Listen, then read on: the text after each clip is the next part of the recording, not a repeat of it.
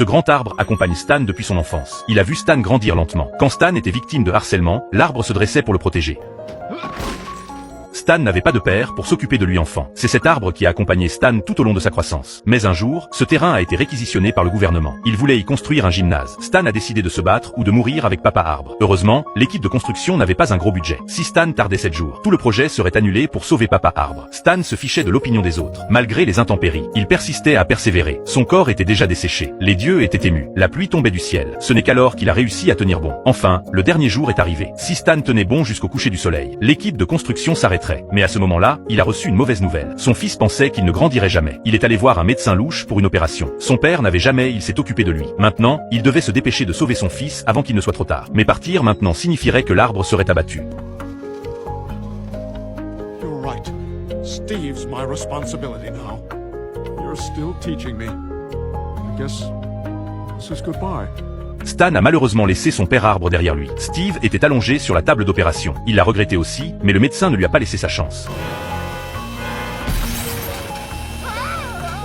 Heureusement, Stan est arrivé juste à temps. Stan lui a dit que les gens grandiront toujours. Quand il était petit, il graverait sa taille dans l'arbre. Cette entaille particulièrement profonde était due au fait qu'il n'avait pas grandi pendant ces années. Mais plus tard, il a quand même grandi beaucoup. Même si Stan était triste, il croyait que le père arbre servirait à un but plus noble.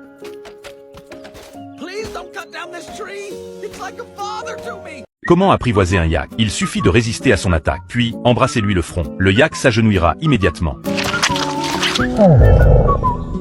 Holy shit. La famille Smith a participé à une compétition. La tâche consistait à conduire les yaks dans un autre enclos. Francine et Steve étaient chargés de blesser. Steve a parlé au yak, il n'avait pas l'air anxieux. Justine s'est approchée du yak, personne ne savait ce qu'il disait. Le yak a même versé des larmes. Ils ont obéi docilement aux ordres de Justine. Mais Francine et Steve n'ont rien fait. Oh, come on, you're killing me! Il n'en pouvait plus. Il a décidé d'intervenir lui-même. Il a demandé qui était le chef. Le yak l'a regardé. Stan n'a pas reculé. Il a chargé le premier, puis ils se sont affrontés. Stan ne semblait ressentir aucune douleur. Quand les cornes ont touché sa tête, il a embrassé le front du yak. Potine. Holy shit. Comme ça, le troupeau est entré docilement dans l'autre enclos. Stan était tout simplement trop puissant. Le défi suivant était le saut à l'élastique. Cette mère célibataire n'avait jamais, elle avait déjà essayé. Mais elle était prête à tout pour son enfant. Allen n'a pas perdu de temps. Elle a attrapé le matériel de sécurité et a sauté. Ils sont rapidement passés à l'étape suivante. L'indice était de trouver un homme fort nommé George. Stan pensait que ce type devait être George, mais son corps n'en avait pas l'air. Don't mess with us, Big Dick George. We're in a hurry, so take us. Now! Take us, take us, take us! Puis ils ont été enfermés dans une pièce. Les repas étaient livrés régulièrement. Était-ce un escape game? Mais ensuite, ils ont dit à Stan de creuser un trou. C'était peut-être le défi final.